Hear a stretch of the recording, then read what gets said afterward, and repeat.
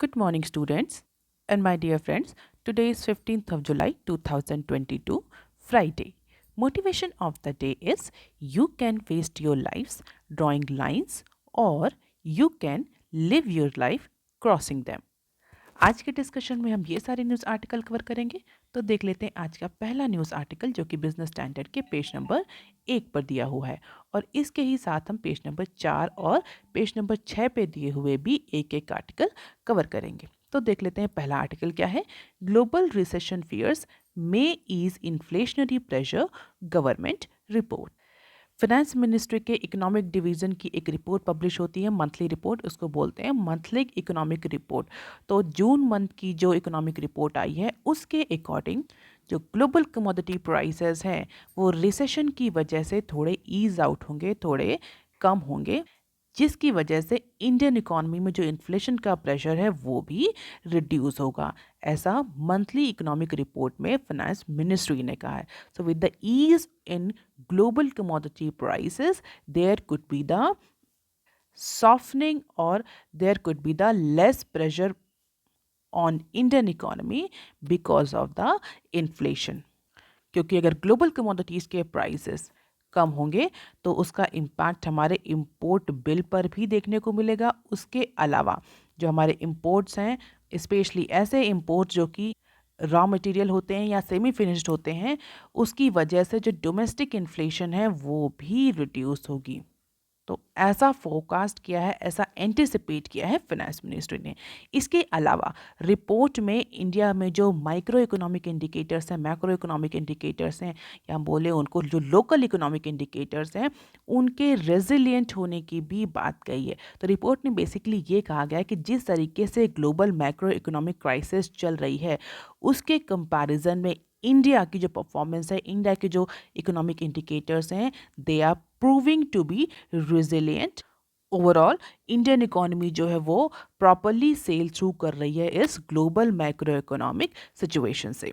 इसके अलावा budget deficit को लेकर के भी इस रिपोर्ट में बोला गया, जैसा कि कई सारे इकोनॉमिस्ट एंटिसिपेट भी कर रहे थे कि जिस तरीके से गवर्नमेंट का एक्सपेंडिचर हो रहा है, फर्टिलाइज़र सब्सिडी में, इंफ्रास्ट्रक्चर में, क्रूड ऑयल में जो टैक्स एग्जम्पशन प्रोवाइड किया है गवर्नमेंट ने, इसके अलावा जो अदर वेलफेयर स्कीम्स हैं उसमें जिस तरीके से गवर्नमेंट एक्सपेंडिचर कर रही है, तो इस बार का जो बजट डेफिसिट था, वो जो टारगेट था बजट डेफिसिट का, वो ब्रीच होगा, ऐसा इकोनॉमिक एक्सपर्ट का मानना था। तो उसी को लेकर के गवर्नमेंट ने, finance ministry monthly economic report में बोला है कि जो नए विंडफॉल टैक्स गवर्नमेंट ने लगाए हैं स्पेशली क्रूड ऑयल के एक्सपोर्ट पर, पेट्रोलियम प्रोडक्ट के एक्सपोर्ट पर, और जिस तरीके से जीएसटी टैक्स एग्जम्पशन की लिस्ट को रिवाइज किया है, all these two measures are going to reduce the pressure on the fiscal deficit, क्योंकि ये दोनों ही मेजर गवर्नमेंट का जो रिवेन्यू जनरेशन है वो इंक्रीज करेंगे। तो अगर revenue generation, revenue collection increase होगा तो डेफिनेटली बजट डेफिसिट पर कम प्रेशर पड़ेगा। और इसके अलावा दूसरे ऑल्टरनेटिव को भी डिस्कस किया गया है रिपोर्ट में कि अगर रिसेशनरी कंसर्न की वजह से ग्लोबल कमोडिटी प्राइसेस में या फूड और एनर्जी कमोडिटीज़ में के प्राइसेस में चेंज नहीं होता है तो डेफिनेटली इंडिया का जो कैट है, करंट अकाउंट डेफिसिट है, वो डिटोरिएट करेगा फाइनेंशियल ईयर 23 में on accounts of the costlier import and tepid export. क्योंकि अगर इंडिया के एक्सपोर्ट को हम देखें तो इंडिया का जो भी प्रोडक्ट हम एक्सपोर्ट करते हैं, मेनली जो हमारे प्रोडक्ट एक्सपोर्ट होते हैं इंडिया से दूसरे कंट्रीज़ में, उनमें जो रॉ मटेरियल यूज़ होता है, उसमें जो सेमी फिनिश्ड गुड यूज़ होता है, वो हम इंपोर्ट करते हैं। अगर इंपोर्ट बिल्स हमारे बढ़ेंगे और ग्लोबल कमोडिटी प्राइसेस बढ़ेंगे तो हमारे रॉ मटेरियल की कॉस्ट भी बढ़ेगी, हमारे जो सेमी फिनिश्ड प्रोडक्ट जो कि हमारे फिनिशिंग प्रोडक्ट्स में यूज़ हो रहा है उसकी कॉस्ट भी बढ़ेगी, तो हमारा जो एक्सपोर्ट है वो भी महंगा होगा। और अगर एक्सपोर्ट हमारा महंगा होगा तो डेफिनेटली इंटरनेशनल मार्केट में उतना कॉम्पिटिटिव नहीं होगा, उतने नए ऑर्डर हमें नहीं मिलेंगे, उतना एक्सपोर्ट हम नहीं कर पाएंगे अगर हमारा एक्सपोर्ट, हमारे जो प्रोडक्ट्स हैं वो महंगे हो जाते हैं इंटरनेशनल मार्केट में because of the increase in commodity prices and global market. तो ये एंटिसिपेट किया है मंथली इकोनॉमिक रिपोर्ट में फाइनेंस मिनिस्टर ने, क्योंकि अगर ऐसा नहीं होता है, रिसेशन फियर की वजह से, रिसेशन कंसर्न की वजह से कमोडिटीज़ के प्राइसेस डाउन नहीं होते हैं, तो डेफिनेटली इंडिया का जो करंट अकाउंट डेफिसिट है वो डिटोरिएट करेगा, वो और बढ़ेगा फाइनेंशियल ईयर 23 में, क्योंकि हमारे इंपोर्ट जो हैं वो महंगे हो जाएंगे और जो हमारा एक्सपोर्ट जो अभी बढ़ रहा है वो कम होगा ऑन मर्केंटाइज अकाउंट। इसके अलावा जो रुपी डेप्रिसिएशन का इम्पैक्ट देखने को मिल ही रहा है हमारे इंपोर्ट्स पर, वो भी विजिबल होगा। हालांकि बार बार इंडियन गवर्नमेंट इस बात को रीइटरेट कर रही है कि इंडियन रुपी जो है वो अदर एशियन करेंसीज के कंपैरिजन में बेटर परफॉर्म कर रहा है। ऑल्दो इस समय कंपैरिजन करने का कोई रेलेवेंस तो नहीं होता, लेकिन हाँ, फैक्ट ये है कि इंडियन रुपी जो है वो डे बाय डे अपने ट्रेडिंग सेशंस में नया लो रजिस्टर करता जा रहा है। इसके अलावा इस रिपोर्ट में बहुत सारे रिस्क को भी आइडेंटिफाई किया गया है। रिपोर्ट में बेसिकली ये बोला गया कि जिस तरीके से ग्लोबल हेड विंड चल रहा है और अगर ये कंटिन्यू रहता है तो definitely it will have impact on the economic growth, क्योंकि क्रूड ऑयल, एडिबल ऑयल के जो प्राइसेस हैं वो शूट अप कर रहे हैं और वो इंडिया में इन्फ्लेशन ड्राइव करेंगे। इन्फ्लेशन की वजह से आरबीआई के पास बहुत ज़्यादा ऑप्शन नहीं रहेंगे just to go for policy revision, policy tightening, जिसका इम्पैक्ट हमें इकोनॉमिक ग्रोथ पर देखने को क्लियरली मिलेगा। तो फिलहाल के लिए इस मंथली रिपोर्ट में ये एंटिसिपेट किया गया कि रिसेशन फियर की वजह से ग्लोबल कमोडिटीज़ के जो प्राइसेस हैं, फूड कमोडिटीज़, एनर्जी कमोडिटीज़, उसके प्राइसेस जो हैं वो ईज आउट होंगे, जिसकी वजह से इंडियन इकोनॉमी को फ़ायदा होगा। बट एक्चुअली में ऐसा होता है या नहीं, ये कुछ टाइम बाद देखने को खुद ही मिल जाएगा। तो दीज आर द फ्यू की points that has been mentioned in report about the CAD deterioration, about the private sector capex proposals। और ऐसा इस रिपोर्ट में कहा गया कि जो प्राइवेट सेक्टर का कैपिटल एक्सपेंडिचर है वो इंक्रीज करेगा Q1 ऑफ फाइनेंशियल ईयर 23 में, जो कि हमेशा कंसर्न रहा। जो इकोनॉमिस्ट हैं, डिफरेंट इकोनॉमिस्ट, इंटरनेशनल एक्सपर्ट्स हैं, उनका भी यही कहना है कि गवर्नमेंट एक्सपेंडिचर के साथ अभी इंडिया में फ़िलहाल के लिए प्राइवेट कैपिटल एक्सपेंडिचर की भी ज़रूरत है। हालांकि प्राइवेट कैप सेक्टर जो है वो फ़िलहाल के लिए अपने जो एक्सपेंडिचर प्लान्स हैं उनको पोस्टपोन कर रहा है because of the recessionary fear. Apart from it, GST collection, windfall tax को लेकर के भी जो डिस्कशन हुआ है कि this will help to reduce the fiscal deficit and inflation will be above the MPC target and that is a big concern for RBI as well as for the whole Indian economy. इसके साथ ही page number 4 पर एक और news दी हुई जो कि Indian rupee से related है। अभी हमने डिस्कस भी किया कि rupee falls to new low versus dollar with 100 BP Fed hike on card. जैसा कि कल हमने डिस्कस भी किया था कि यूएस में जो इन्फ्लेशन है वो 9 का मार्क क्रॉस कर चुकी है और फेडरल रिजर्व के पास कोई और ऑप्शन नहीं बचा है just to go for aggressive rate hike, और वैसा ही किया यूएस फेडरल या यूएस के सेंट्रल बैंक ने। So because of the federal reserve hiking interest rate by 100 BPS, aggressive rate hike, interest rate hike किया है फेडरल रिजर्व ने, 100 BPS, 100 बेसिस पॉइंट का इंक्रीज किया है इंटरेस्ट रेट में, जिसका इम्पैक्ट हमें क्लियरली इंडियन रुपी के डेप्रिसिएशन के फॉर्म में मिल रहा है। Indian rupee closed eight 79.88 against the US dollar और ये बहुत जल्द ही 80 का मार्क क्रॉस कर लेगा, जिस तरीके से US federal policy rate hike या इंटरेस्ट रेट हाइक पर जा रहा है in order to control the inflation, high CPI inflation in USA. तो फाइनली इंडियन रुपी फिर से डेप्रिशिएट हो रहा है और इकोनॉमिस्ट और मार्केट पार्टिसिपेंट्स का ये कहना है कि it will soon achieve the mark of 80। इसके साथ पेज नंबर 6 पर एक इन्फोग्राफिक्स दिया हुआ है जहां पर इंडिया के ट्रेड डेफिसिट का डेटा कुछ प्रेजेंट किया। जैसा कि अभी हमने पहली न्यूज़ में भी डिस्कस किया है कि मंथली जो रिपोर्ट है, इकोनॉमिक रिपोर्ट है फाइनेंस मिनिस्ट्री की, वहां पर उसने एंटिसिपेट भी किया है कि अगर इसी तरीके से ग्लोबल कमोडिटी प्राइसेस बढ़ेंगे, इन्फ्लेशन रहेगी, तो डेफिनेटली इंडिया का जो कैड है वो वाइडर होगा आगे आने वाले टाइम में। और अभी रिसेंटली डिपार्टमेंट ऑफ कॉमर्स का डेटा पब्लिश हुआ है जिसको लेकर के इन्फोग्राफिक्स दिया हुआ है पेज नंबर 6 पे, आप देख सकते हैं। न्यूज़ क्या है? Trade deficit widen to record $26.18 billion. तो जून के मंथ में इंडिया का जो इंटरनेशनल बिजनेस है उसमें जो ट्रेड डेफिसिट एंटिसिपेट किया गया था उसके कंपैरिजन में जो एक्चुअल ट्रेड डेफिसिट आया है वो बहुत ज़्यादा आया है. So trade deficit was higher than anticipated in the month of June as it widened to a record high of $26.18 billion.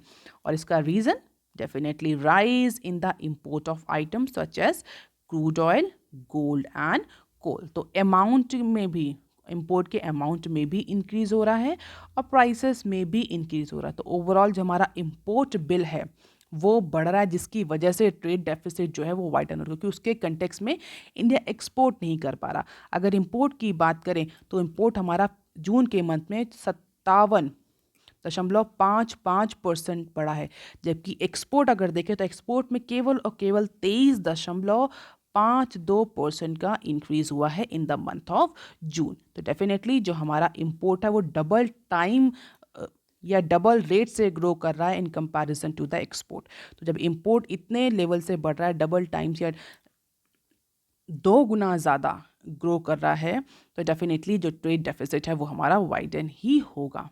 तो जून के मंथ में अप्रॉक्सीमेटली $66.31 बिलियन का इंपोर्ट हुआ और अप्रॉक्सीमेटली 40.13 बिलियन का एक्सपोर्ट हुआ. तो इंपोर्ट हमारा क्लियरली ज़्यादा है, विजिबली ज़्यादा है एक्सपोर्ट से, जिसकी वजह से हमारा जो ट्रेड डेफिसिट है वो मोर देन एंटिसिपेटेड आया है इन द मंथ ऑफ जून. अब देख लेते हैं article number 2 that is also given on page number 1 of business standard. UAE US to invest $2.3 billion in India under I2U2 plans. तो basically यहाँ 2 न्यूज़ दी हुई हैं इंडिया के फॉरेन ट्रेड या फॉरेन बिजनेस से रिलेटेड. दोनों ही न्यूज़ को हम यहाँ पर कवर करेंगे. पहले न्यूज़ देख लेते हैं. यूनाइटेड अरब एमिरेट्स और यूनाइटेड स्टेट दोनों ही कंट्री इंडिया में अप्रॉक्सीमेटली $2.3 बिलियन का इन्वेस्टमेंट करेंगे. अब क्वेश्चन ये उठता है, इन्वेस्टमेंट करेंगे, क्यों करेंगे और कहाँ करेंगे? तो अगर यूएई की बात करें तो यूएई अप्रॉक्सीमेटली 15,000 करोड़ इंडिया में इन्वेस्ट करेगा. किस लिए? इंटीग्रेटेड फूड पार्क डेवलप करने के लिए. तो series of integrated food park जो हैं वो डेवलप करेगा यूनाइटेड अरब एमिरेट्स इंडिया में. यूएस किस लिए इन्वेस्ट कर रहा है? US will invest approximately $330 million और approximately 2,500 crore into hybrid renewable energy project in Dwarka, Gujarat. तो गुजरात में hybrid renewable energy project develop करेगा यूएस और UAE integrated food parks develop करेगा इंडिया में, जिसके लिए दोनों ही कंट्रीज मिलकर 2.3 बिलियन का इन्वेस्टमेंट करेंगे इंडिया में. और ये दोनों अनाउंसमेंट यूएई ने और यूएस ने कब करी? तो ये दोनों ही अनाउंसमेंट जो इंडिया और इजराइल और यूएई और यूएस की एक ग्रुपिंग है, 4 नेशन ग्रुपिंग है, उस ग्रुपिंग की पहली वर्चुअल समिट हो रही थी थर्सडे को. और उसी मीटिंग में हमारे प्राइम मिनिस्टर भी पार्टिसिपेट कर रहे थे और उस ग्रुपिंग का नाम है I2U2.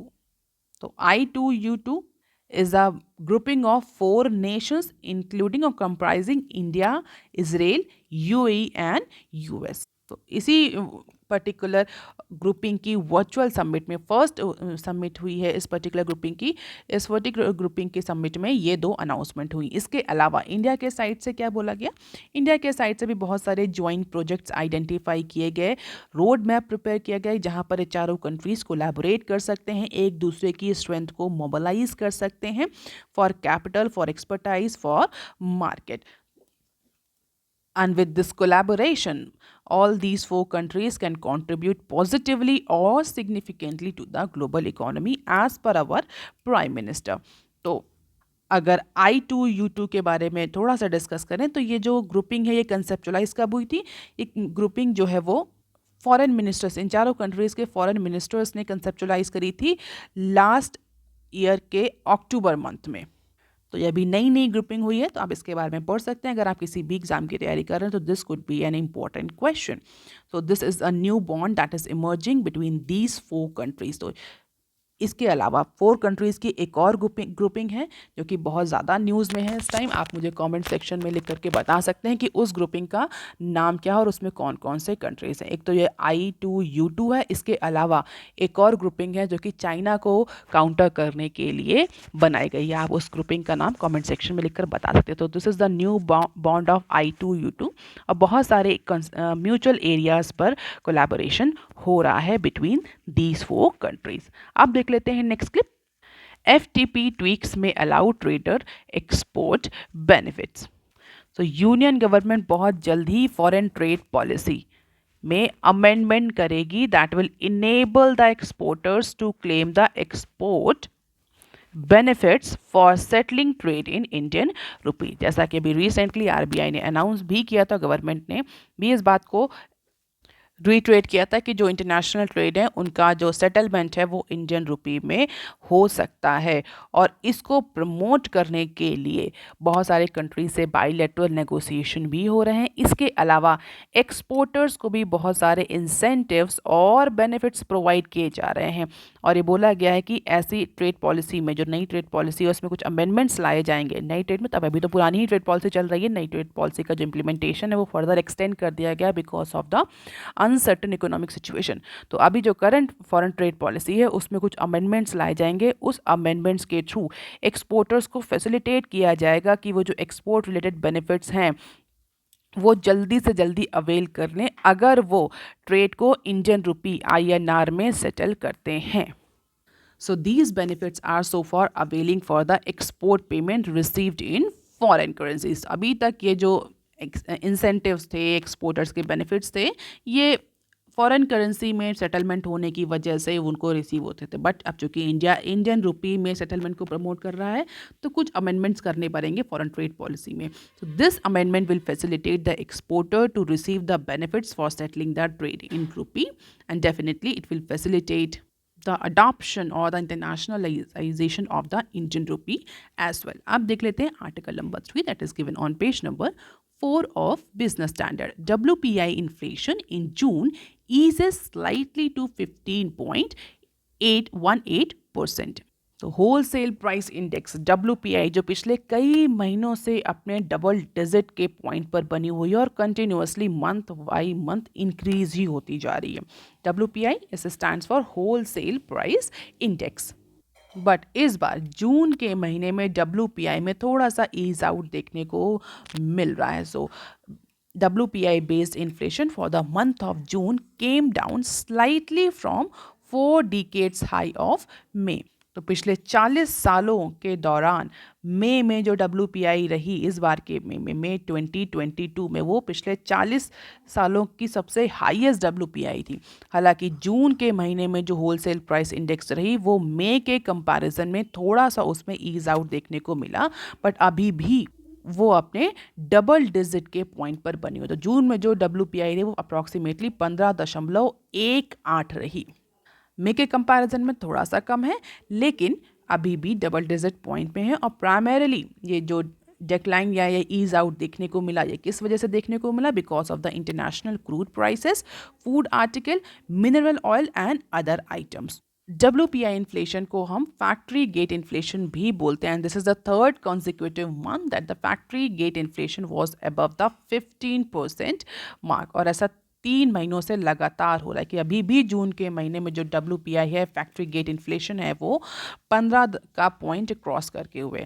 हालांकि मई के कंपैरिजन में थोड़ा सा ईज आउट है। मई में it was approximately 15.88% and a record for the current series and the highest since September 1991। 1991 के कंपैरिजन में 1991 से लेकर आज तक जो मई के मंथ में WPI रही वो सबसे हाईएस्ट रही। जून में थोड़ा सा fall, but that fall is not very significant. और हमने डिस्कस भी किया कि because of the food article, crude oil prices, mineral oils, हमें ये डिक्लाइन देखने को मिल रहा है। तो अलग अलग अगर हम देखें तो फूड इंडेक्स जो कि मई के मंथ में 10.89 थी वो 12.41 हो गई। इन्फ्लेशन अगर फ्यूल और पावर में देखें जो कि कॉन्स्टिट्यूट करता है approximately major part WPI inflation का, वो 40.38% पर आ गई, nearly identical to the month of May. Manufacturing product जिसका सबसे ज़्यादा वेटेज है अप्रॉक्सीमेटली 64.2, उसमें अप्रॉक्सीमेटली 1% का डिक्लाइन देखने को मिला। जून के मंथ में 9.19% रहा मैन्युफैक्चरिंग प्रोडक्ट में इन्फ्लेशन, जो कि मई में 10.11 था। तो manufacturing, fuel and power, food index, इन सब के कंपैरिजन में अगर हम करें तो देखने पता चलता है कि मेजरली फूड मैन्युफैक्चरिंग और फ्यूल और पावर में डिक्लाइन देखने को मिला है, ऑल्दो जो फूड इंडेक्स है वो इंक्रीज हुई है in comparison to the May month.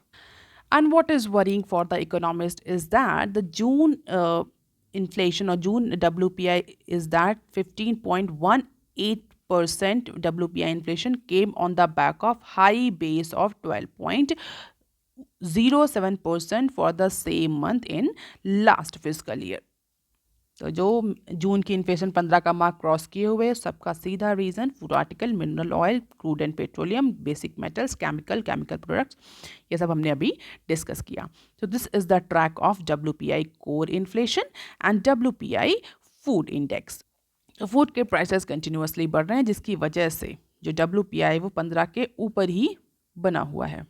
Manufacturing items में थोड़ा सा डिक्लाइन देखने को मिला, उनकी इन्फ्लेशन में थोड़ा सा डिक्लाइन देखने को मिला, जिसकी वजह से थोड़ा सा ईज आउट हुई है WPI in the month of June. But food और पेट्रोलियम, केमिकल, इन सब में कंटिन्यूअस इंक्रीज बना हुआ है.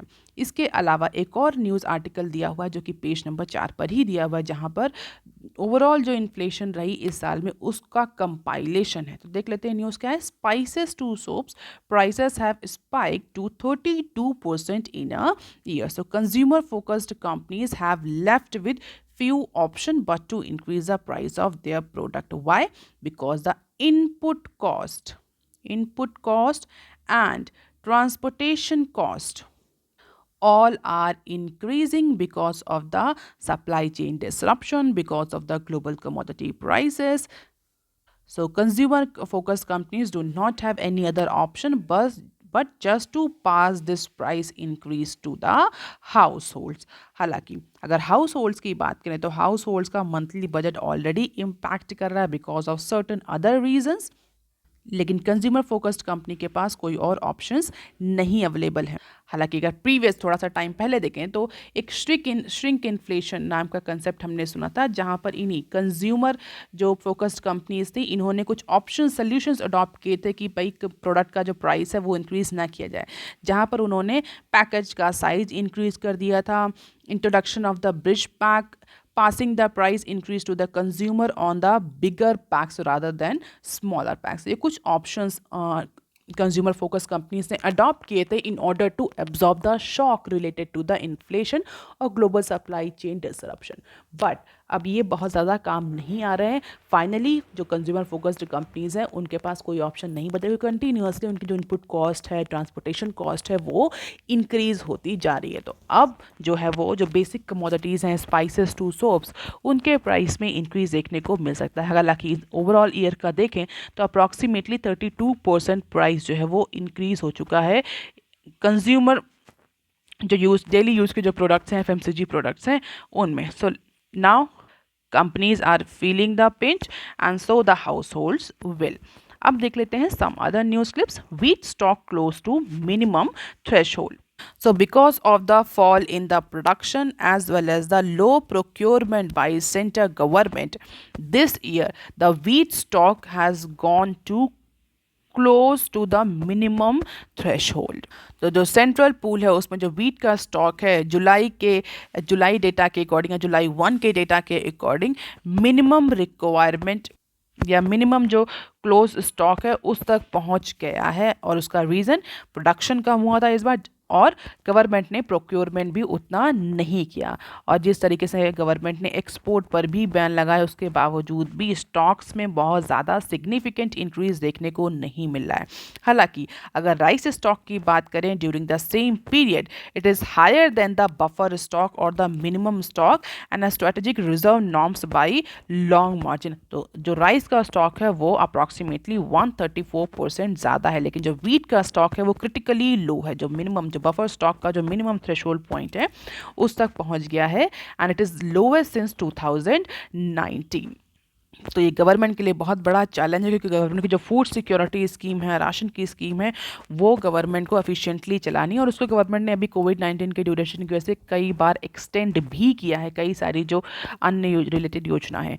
तो अगर इसी तरीके से फूड और वीट का जो स्टॉक है वो लो होता जाएगा, तो गवर्नमेंट के लिए बहुत बड़ा चैलेंज हो जाएगा स्टेट्स को सब्सिडाइज रेट्स में ग्रेन प्रोवाइड करना in order to meet out the food security obligation. अब देख लेते हैं next clip. LIC embedded value flat at rupees 5.41 trillion.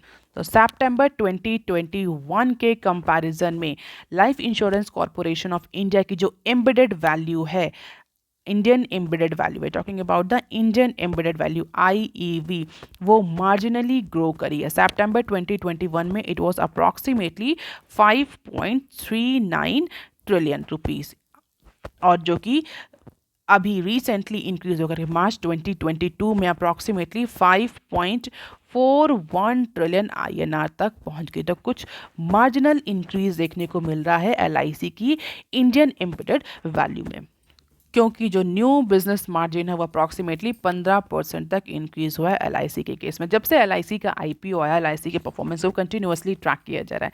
Recently हमने डिस्कस भी किया था कि जो LIC के स्टॉक्स हैं वो फॉल किए हैं because of the fall in market capitalisation और valuation of the company. Although फिलहाल के लिए जो इंडियन एम्बेडेड वैल्यू है उसमें मार्जिनल इंक्रीज देखने को मिल रहा है because of the value enhancement of new business और VNB मार्जिन ग्रोथ। अब देख लेते हैं next clip. Right to repair soon consumers and third party vendors में फिक्स्ड प्रोडक्ट्स। अब गवर्नमेंट एक रूल लाने जा रही है, उस रूल के तहत जो भी कार मैन्युफैक्चरिंग कंपनीज हैं, सेल फोन मैन्युफैक्चरिंग कंपनीज हैं, या जो अदर इलेक्ट्रॉनिक और कंज्यूमर ड्यूरेबल गुड्स कंपनीज हैं, उनको कंप्लीट प्रोडक्ट डिटेल शेयर करनी पड़ेगी कंज्यूमर के साथ, जिससे कि कंज्यूमर अपने प्रोडक्ट्स को खुद रिपेयर कर सके या थर्ड पार्टी को एम्प्लॉय कर सके रिपेयर के लिए। इट मीन्स अब कंज्यूमर के लिए मैंडेटरी नहीं होगा कि वो जो ऑथराइज सर्विस सेंटर्स हैं उनसे ही रिपेयर कराए या उनसे ही जो प्रोडक्ट है उनको फिक्स कराए अगर उनमें किसी भी तरह की खराबी आती है। So the department of consumer affairs said Thursday in a statement that one committee has been set up, and that particular committee will be chaired by Nidhi Khare, and this committee will develop a framework on right to repair policy, and this committee will met on first on Wednesday to identify the sector for the right. किस किस sector में ये right to repair policy